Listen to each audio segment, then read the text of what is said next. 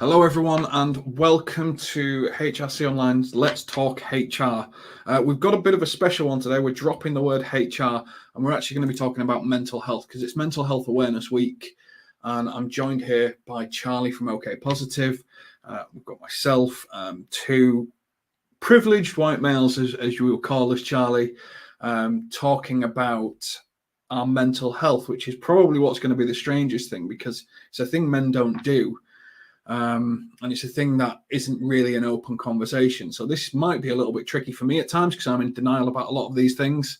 But we've had a few conversations already about how open you are. Similar type of industry before we set up our own companies, which was we both worked in recruitment, which is high pressure environment. But we're here now talking about mental health. So we'll start with the basic question, Charlie, which is, not how are you, but how's your week been going? Yeah, good, thank you. And thank you very much for having me on, James. I think I'm really passionate about talking about mental health. And I suppose to start with, it's very easy to talk about your week, I guess. For me, it's actually been a really positive week, which is rare for me to be saying. Quite often I'm more brutally honest and saying, actually, this has gone wrong. This has caused me a load of stress and anxiety because I haven't hit a deadline or I'm not being able to get through to someone in my team. But it's actually been a really busy, productive week. But I'll tell you what, I've been knackered because I've been working quite long hours for myself. I like to, as a person who runs a mental health business, to take time out, look after myself. But yeah, to put it simply, I'm feeling good this week. I've found that my positive trends are I'm staying with my brother at the moment and my little niece. So I'm getting to spend some time with her, which very much helps me on a personal mental health perspective, seeing someone who's just so full of life and having a great time. So I'm really well. How about you? Yeah, it's been a chaotic week. I was struggling a bit last week because without going techie, all the search volumes of the business were down and we're only in our second month of life. So I'm trying to work out what was happening. But I cracked the code. It was a really busy week. Got a new starter. Hating HMRC's paperwork. But we're definitely getting there. And it feels like we're on a bit of a cusp of something positive. I know I told you recently that I've got a desiccated disc in my back, which is just basically it's not as alive or as spongy. And the pills and physio seem to be working. So hopefully I can do a little bit more exercise this week. And that's definitely a positive for me. But Yeah, no, mental health for me is linked massively to my physical health. So doing exercise, if I can't exercise, I can't clear my mind. I would say I suffer with it. I experience OCD quite a lot and intrusive thoughts through anxiety. For people who aren't familiar with that, I'll give you an example. It's when things are going really well and you're feeling really positive, like I am at the start of this week, your brain seems to trigger and bring yourself back down by saying, oh, what if everyone died? What if this went wrong? What if, like, genuinely it's that irrational? It could be, what if a bomb landed on my house? Like, that's the kind of level your brain goes to. Things that when you're in a rational sense of mind, you don't even think or pay any attention to. But it's something that I get rid of those things around my OCD and anxiety, and I stop my fast moving brain. When I say fast moving, it's not a lot of intelligence, but it's just fast moving and a lot of talk and chatter inside. Exercise really helps me. So seeing people and actually speaking to a lot of people recently is that anyone with injuries or not being able to exercise has caused them a massive amount of stress. So I feel you there. I feel for you. I was waiting 7 weeks for my MRI results, and some of those weeks were tough. Just not knowing, I think, is the problem, isn't it? You like you say, you play scenarios. So for me, it's like, well, am I ever going to be able to recover? Will I always be in pain? Is my life going to be like this? Am I going to be medicated forever? Is there anything? And you go through all these range of scenarios, and it's quite. You can come up with scenarios that are, you don't come up with pleasant scenarios ever. It's always I'm going to be in pain for the rest of my life. I'm going to have to deal with this and stuff like that. And therefore you don't start chasing it as much because you're anticipating bad news. So you just live in limbo almost. Yeah, and it's massively product. So I'll give you an example for me, which is very similar. I've got a family member who's been diagnosed with cancer and going through chemotherapy at the moment. It's the second time in their life. She's one of the most strongest people I know. But when it comes to worrying about it, one of the things we always talk about is like does it help? Like, because our negative thought in our head, you think and you assume of the worst, but actually changing your mindset to going, no, I'm going to do what I'm in control of, which I'm going to go and do my treatments. I'm going to build out that timeline. I'm going to set my goals. And then at the end of that, what comes.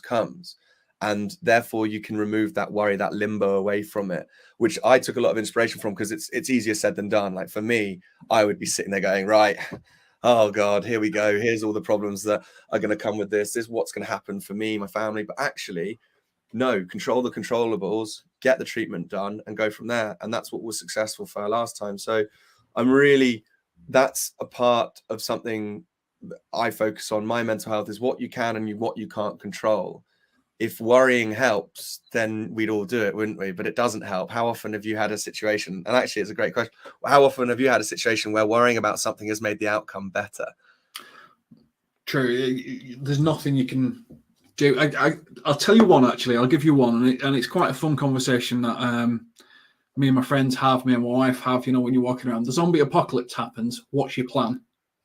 Oh, mate, straight up north, Scotland. We'll hijack a small plane. We'll get a couple of cows. We'll farm and build out all the guns. Now, you see, that is a positive worry when you're trying to plan for the zombie apocalypse, which will never happen. But the rest of the time, you only build detriment to yourself, really.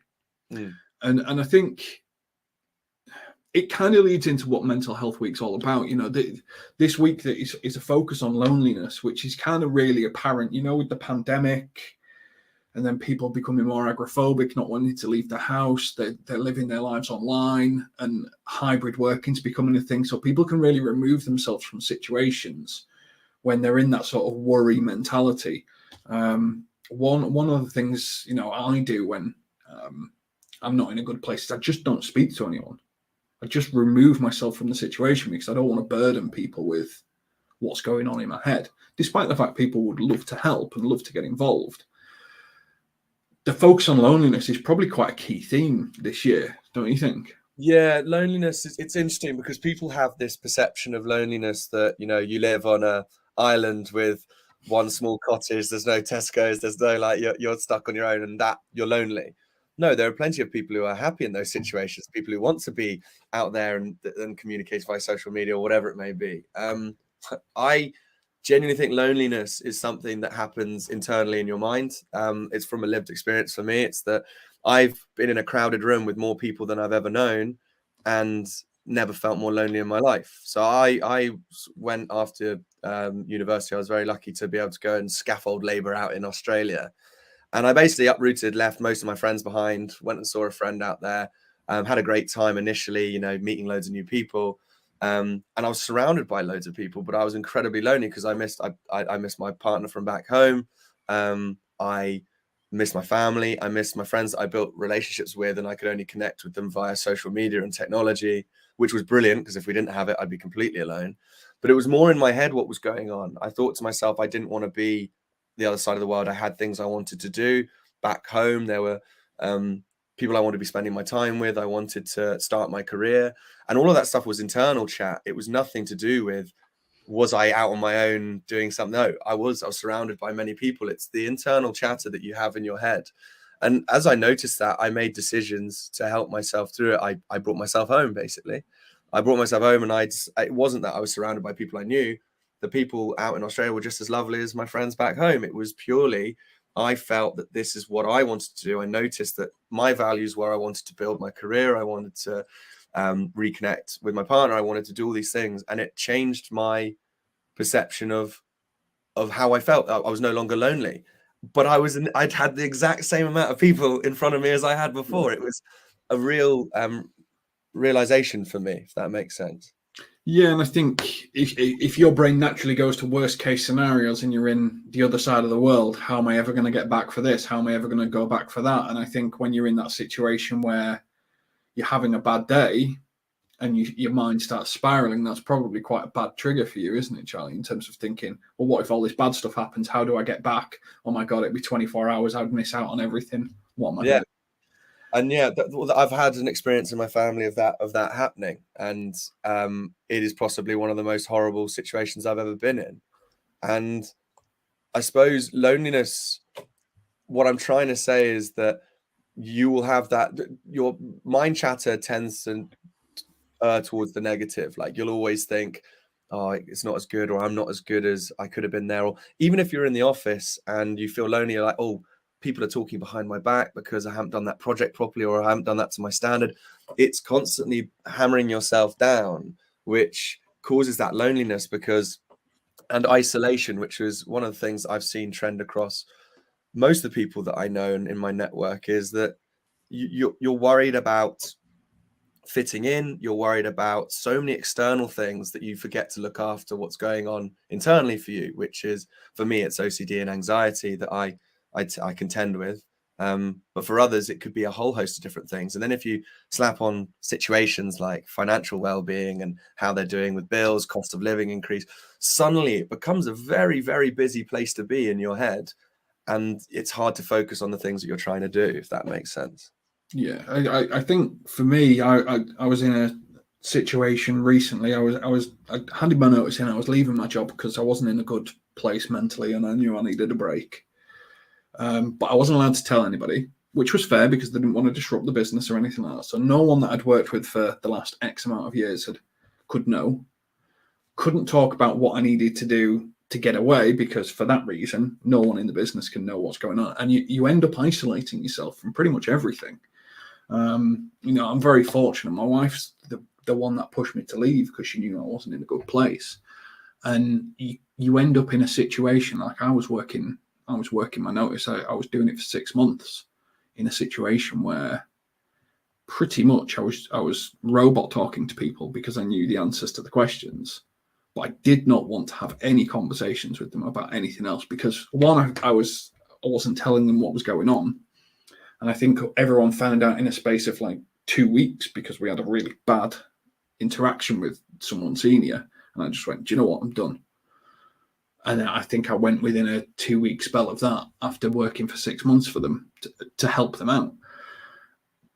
But that was a really, really bad situation because I was leaving for my own mentality. So I think that's yeah. I think that's a really bad. That's a bad process for that business to do, because ultimately that brings me on to my point around communication, where we talk about why do people struggle with mental health so much. It is purely down to communication, what people are willing to divulge, what they're not, what they feel comfortable doing, what the status quo is. So in that business, oh, we don't want you to disrupt the business because you can't tell anyone. Then you're harboring a secret, you can't communicate, therefore everything is strained. And people will cotton on. They'll be like, oh, he's not the same as he was before. That disrupts business because it puts uncertainty into the minds of your colleagues. It makes you feel worse because you're between a rock and a hard place of, what do I do here? I feel a bit trapped. And it's only going to make things worse. And that's where kind of bottling things up traditionally has always been a really rubbish idea. No matter what the situation is, in any walk of life, not telling someone that you trust or someone that can help you is one of the worst things you can do, in my opinion, because I've experienced it. Hiding and bottling things up causes more problems. And there's a quote around long-term, so basically short-term discomfort is so much better than long-term manifestation of pain. And what that means is you'll see it in normal day life. So say you have a fallout or an argument with your partner or your wife or that sort of thing, even to that level. If you have it out right then and there and you go, nope, let's sort this out. I'm not happy about this. You're not happy about that. Okay, let's work it out. Brilliant. You've solved the problem. If you go away and go, okay, well, I'm not going to talk about this right now, and leave it for 6 months, and it goes on and it builds and it builds and it builds, and then there'll be more things, and then you don't. And that's long-term pain, because that problem amplifies. It becomes a much bigger issue because it's taken more time to fester and linger under the surface. So I'm a big believer in that. Company should have said, say it right from the off. He's leaving, but he's here for 6 months to help us because he loves the company and he loves the people he's around. Boom. Suddenly you've got supportive people that will help you and you can be yourself. So I think that's a failure on the part of the business. Maybe. I think at the same time, you don't want to, I guess I didn't want to turn around and say I'm leaving because I'm not in a good place. That's also true. So it's that communication side that if you don't feel comfortable doing it, but then I suppose that boils down to education and self-awareness. Like, are your people in the company aware of mental health in particular, talking about things or being open about it? Because that's what I'm passionate about, is making people more self-aware and educated on mental health and how to actually have conversations to talk about it in a normal way, because you don't have mental health. We've got this assumption that it's doom and gloom and you need to be sectioned or you need to go on medication or you need to go to therapy. These are all crucial things that you may well need, but also mental health is something in your everyday life. You have a bad meeting, it affects you negatively, it gives you anxiety for your next meeting. That's mental health. And that's easy to talk about because it's not a longer term problem. But if you don't talk about it, the next meeting's a problem, the next meeting is a problem, and it builds and builds and builds. So actually having that open, when we talk about culture, you know, you can't just manifest a culture or you create one. It comes from people being aware and educated. And that's what I'm passionate about, people learning more about how to help others, because that's the way and the place to start, in my opinion. Yeah, I mean, we were looking before we went, you know, live with this. We were looking at suicide rates, weren't we? And, you know, I think it's 15 out of 100,000 men commit suicide, and 5 out of 100,000 women commit suicide, and the numbers are still way too high. And I think a lot of the times it can be that trapped feeling, can't it, of there is no escape apart from this option. And there's no one that they talk to, there's no one that they go to, and it's age ranges. You know, I was looking at age ranges after we had the chat, and it's around about 45 to 50. So it's that bracket where financial constraints, mortgages, payoffs, everything just comes to a sort of crashing pressure point. You look at gas and electric, and all our politicians are talking about is who had a beer here and who went to a party here, not how can we help people. And you can see why people feel that sort of that level of trapped, because they can't see a way out. Yeah, and it's true, and for me, it comes down to that communication side for yourself and being honest to yourself of what the issues are. Because you look at that age bracket of 45 up to kind of 60 years old, traditionally never talked about mental health, kept things to themselves because they don't want to be vulnerable or embarrassed around having emotions and feelings, because that's traditionally not been the case. Actually pushing it the other way and being someone who advocates for it, supports their mates, looks after them, you pivot it to helping others, and people are much more willing to learn about these things. Because, as I said, there's internal and external stresses on your mental health. There's internal, which is your own mental health and your emotions and the things that potentially you have anxiety or you struggle with stress or whatever it may be. You've also got external, which is the cost of living. The bills are going up, mortgages are going to get more difficult, jobs, not rising with inflation. And if you don't have your internal stresses looked after, the external are going to double that up and pile it up. And that's where you see crisis points hitting. And communication between those things is very important. Being able to, so the way I position it is, if you're completely supporting yourself internally about your mental health, so I'm talking like you found your symptoms of what you struggle with, you found what works for you when it comes to breathing square exercise, mindfulness, whatever it may be, going for a walk, exercising, whatever it is that works for you to clear your mind. If you figure that out and you support that, the external stuff doesn't affect you as badly as much. There's a thing called compassion focused therapy that talks about 3 circles in your life. So you've got fight or flight, self-care, and drive. So your drive is your career, progression, success, all of these things that you put in your head that are like, and that circle grows bigger and bigger as you work harder at things, you do those longer hours, you put more effort in, and you become a go-getter and all this kind of stuff. But what happens is you then have less time for self-care. So that circle gets smaller and smaller. And what that means is your fight or flight gets bigger and bigger and bigger. And what that means is if there's a situation where there's a bereavement in your family, a bill can't be paid, or a situation, unexpected mortgage payment comes in, your fight or flight is so big because your self-care is so small and your drive is so big that you react really poorly. And suddenly it's like, oh gosh, everything's overwhelming. I can't deal with it. I'm stressed. Oh, I don't know what to do. And you start to panic.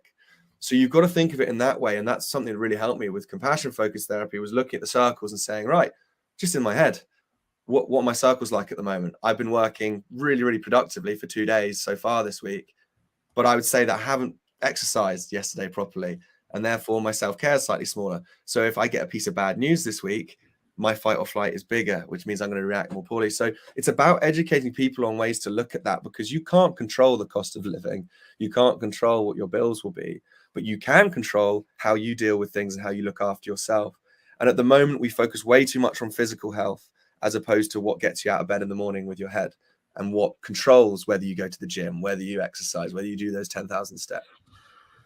Yeah, I think you make a really interesting point, and I've never heard of the 3 circles before. But one of the biggest struggles I've pretty much ever had, and I'm pretty much someone when it comes to mental health where I just ignore it and I'll just plow on and do whatever I can, and it's an old school mentality. But when I stopped playing rugby, which was team sport every Saturday, going out every Saturday, doing the same sort of things and rotations because I was injured and I couldn't do it anymore. I still to this day, I haven't found something to replace it.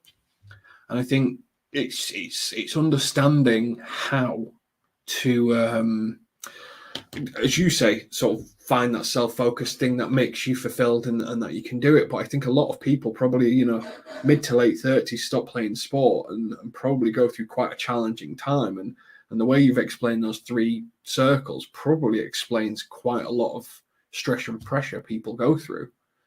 So it would make quite a lot of sense to me, because I remember, and still to this day, thinking something's missing because I've done it since I was 7 years old. And it's amazing. Yeah, it's amazing because I had a very similar thing. I had 10 head knocks, and so I had to retire at around 24 years of age. And I was having 6 months of hangovers without drinking because I had real issues. I've still got issues with light sensitivity, things like that. Haven't lost my memory to this point, but I'm seeing a lot of scary things in the news about people getting early onset dementia, which terrifies me. But once again, I tend not to worry about that because what will come will come. It's not in my control. What I do is I look after myself as best as I can. But the point is, I had to leave rugby there and I started coaching, and I felt something was missing there, and I wasn't coaching to my best ability because I wanted that relationship that you have with those group of people in a rugby club, whether it's everyone from people who work behind the bar all the way through to the volunteers, all the way through to the coaches, the supporters that come down, and your teammates. You lose that, and suddenly you're out on your own, and there is a bit of loneliness and isolation to that. But there are so many different ways that you can focus your energy. So I do different things now that I do in team settings, whether that's volunteering, whether that's trying out a sport that I am able to do without bouncing my head around off a wall. And that part of the battle is noticing. So one of the things I always talk about when it comes to my lived experience of mental health is we as humans put things into good and bad all the time, if you think about it. So, I no longer play rugby and I don't have that communication and friendship and whatever. That's bad. Or I've had a donut. That was bad for my diet. Or, I had an apple. That was good. Or I did this. We always put things as good and bad. Whereas actually you just need to notice things, because actually going and having that donut at that particular time made you feel more comfortable. Made you feel more calm and collected in the situation you're in, and it helped you. That's a good thing. So ultimately just notice whether it's, healthy for you or not in terms of food and nutrition. It was good for you and your emotion at that time and your mood. So what I'm trying to get at is I tried to replace things, but noticing that I was struggling with the fact that I was missing rugby, and it made me a grumpy person when I came home from work because I hadn't run about for 2 hours, I hadn't, chatted with my mates who are there. You've got to notice it. And that's the first part. If you notice it, then you can make changes to try something new, do something, intervene to make it, to better support yourself. And that's basically what mental health is. Notice something that's bothering you or it's making you feel good. Do more of what makes you feel good and do less and fix and solve and look at intervening in things that you struggle with. Yeah, it's funny. I obviously I'm still friends with multiple of the people at the rugby club, but some people push their physical health to the point of breaking because mentally they can't deal with leaving it, and some people leave it and are absolutely fine. I think one of the areas I'd always struggle with is just understanding that I'm struggling, and we're not here to promote OK Positive, but since our initial chat, a couple of weeks ago when we first sort of connected and stuff like that, I've started prattling around with the app and just grading myself out of 100 to know how I'm feeling, putting the reasons as to why I'm feeling like that, putting the reasons as to why it was a good day or why it was a bad day. Just understanding something about your day or taking the time to do that has helped me infinitely. And like I said, this isn't to push the app or anything like that. However you understand it's really, really important. But I've never understood why I've had a good day or why I've had a bad day. I've not done the research as you've done into the circles and stuff like that. I think what first steps would you normally advise someone to take if they're just like me, just in denial that they have mental health? They just exist and they just plow through life. It's amazing. I've one of my best friends was talking to me because he learned about what I was doing with OK Positive and said, oh, this is really useful for my friends because they've been struggling with X, Y, and Z, but I don't ever have problems. And yet I've seen him cry over a serious issue that he's been struggling with. And I'm like, that's mental health. There's nothing wrong with you when you have a bad time. There's nothing great with you when you're having a great time. It's about noticing that mental health is a balancing beam. Days you'll have good days, some days you won't. To give a tip for people that want to learn more about themselves, it's the same as like when you go to a gym or you're eating or you're dieting or whatever it is. You build a plan, you set goals, and you want to help yourself. Do the same with mental health, because you go to say you're going to see a friend at the pub or you're chatting to someone who you're just talking about how they've been, and they'll go, oh, I've had a really rubbish time. And then you ask them why, and they'll go, well, I don't really know. Like, there's loads of things. It's so important to know what those things are. And so for me, my first tip would be, whether it's on an app, whether it's in a pen and paper on a journal, just jot down key emotional triggers. So I'm feeling great today because I'm spending time with my niece. I felt really good yesterday because I was working, I had back-to-back meetings, I felt productive. Felt a bit tough today because I didn't get to exercise at lunch because I had no time. And therefore you can learn by looking at that information and say, right, over the last month, I've been struggling with this and I've been feeling great about this. So next month I can make a plan for myself to go, I'm going to do more of X and less of Y. Because if you don't learn or take time to become self-aware about yourself, no one can help you. There's no quick fix. There's no answer to it. Mental health is something that we're very lucky as human beings to have. Like, we're sentient beings that get emotions, feelings, care, love, grief. If we didn't have them, life would be intensely boring. But you need to have that responsibility around yourself to look after it, to maintain it, to care for it. In the same way, it's like a Tamagotchi, but you're your own Tamagotchi. And so I would recommend, I'll give you an example for me. During the second lockdown or first lockdown, where are we?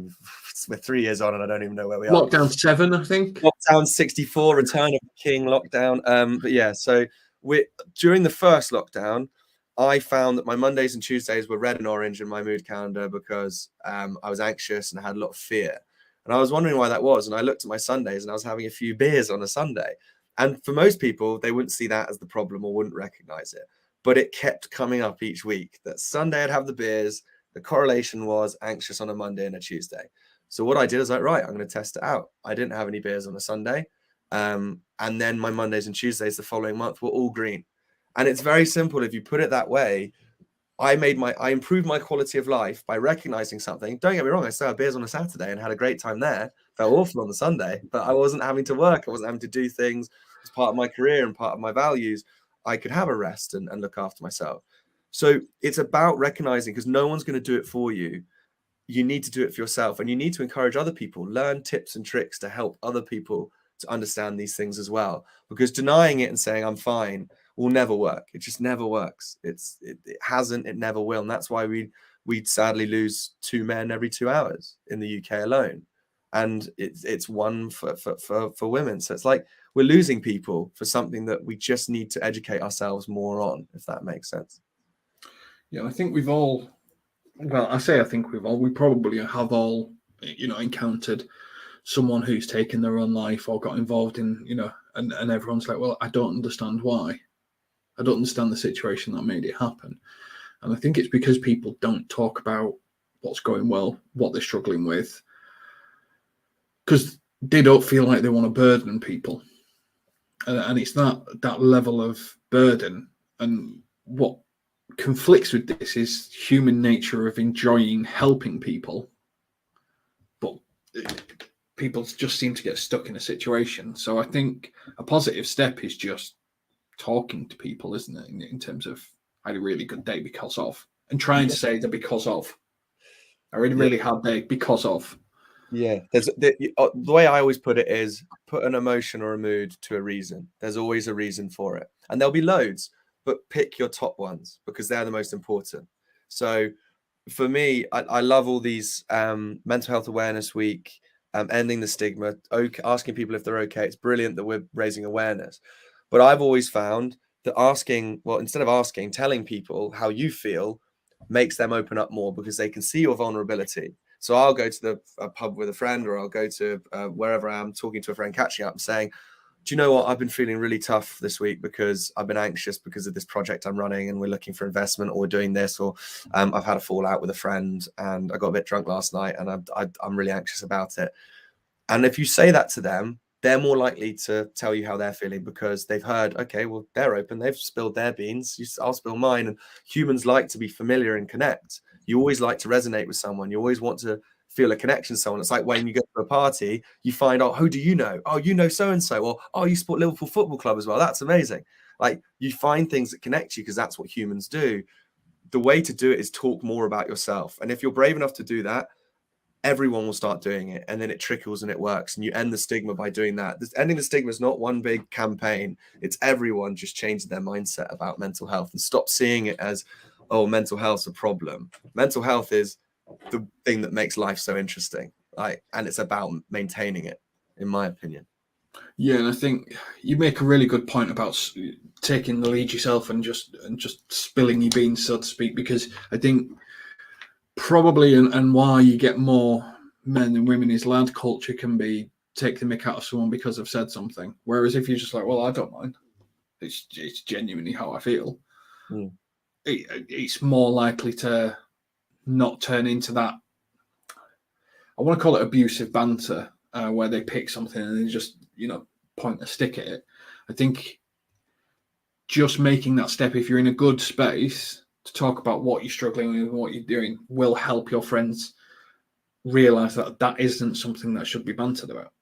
Yeah, well, it's interesting because there's no one size fits all, and some people react really well to getting a joke made of how they're feeling, because it makes them feel like, oh, it's not that bad then, or it makes you feel like, oh, I'm not a weirdo. Because quite often with mental health, people are scared that if they say something emotional, how they feel, oh, someone's going to judge them for it. Whereas sometimes, someone going, oh, don't be silly, I have that as well, and we're a right pair of idiots, aren't we? And that sort of familiarity can make you feel better. So there's no one size fits all. But with mental health, I was having this conversation yesterday that it's not like an illness where, like a physical illness where you can't make things worse by speaking. With mental health, you can make things worse by speaking. So actually going straight to the abusive area, what's ironic about it is that the person that probably abuses you in front of your mates and takes the piss, sorry for the language, but takes the mickey out of you, is probably going through very similar, if not their own stuff. And they're terrified of it. And therefore they've seen you be braver and they had to shoot it down because they're worried.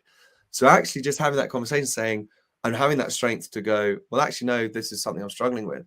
And people will change, because I've been in groups and lad culture where people will take the mick, but then actually go, no, actually, this is a real problem for me. They quickly change. They'll go, oh, no, mate, I didn't mean that. I'm so sorry. Or they'll have a quiet word with you. So you'll find that people in a one-to-one situation is far more open than a 1 to 17 or a 1 to 10.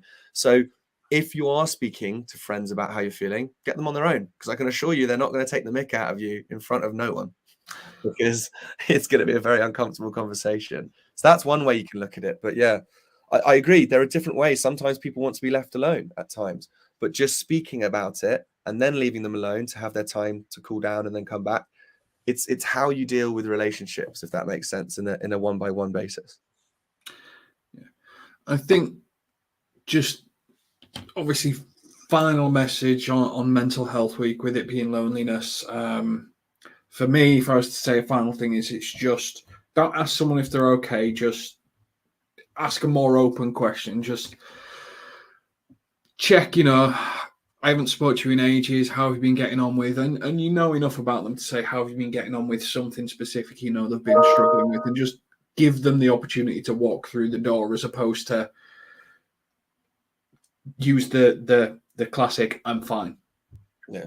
Because they don't want to know. And if there was one message for me, that would be that. What about for you for Mental Health Week, loneliness? What would be the sort of the one thing you'd ask people to do? Probably track their own emotion, but yeah, no. So yeah, think about yourself. quite selfishly and think, what do I need from my friends and my close network, and offer that out to them. So say, you know, I'm struggling with this, I'm doing well with this, and I'd love to get your thoughts on it, and do that with 1 or 2 people, and start small, and then open up the conversation with them and say, now I've shared with you, how have things been with you? And that conversation, if you start noticing things and trends and triggers in your daily life, it could help someone else in your network to make them realize that actually, yeah, I'm struggling with that as well, but I never knew what it was. So share knowledge. That's what I'd say. It's quite simply share how you're feeling, share how things are going, share what you're worried about in the world. There's so many things to worry about at this particular point, aren't there? So share things that are making you feel a certain way. And that's a great place to start, in my opinion. Yeah. And as they say, a problem shared is a problem halved a lot of the time. Well, this has been Let's Talk Mental Health. I've been joined by Charlie from OK Positive. If you are wanting to track your mental health and what's making you have a good and a bad day and do it, there is an app called OK Positive, which is free to download on an individual basis. Do check it out, or do try and look at ways that you can improve your own mental health. This has been HRC Online. This has been Let's Talk Mental Health. Thank you very much, Charlie, for joining us. And we will catch you on the next one that we do. Take care. Cheers.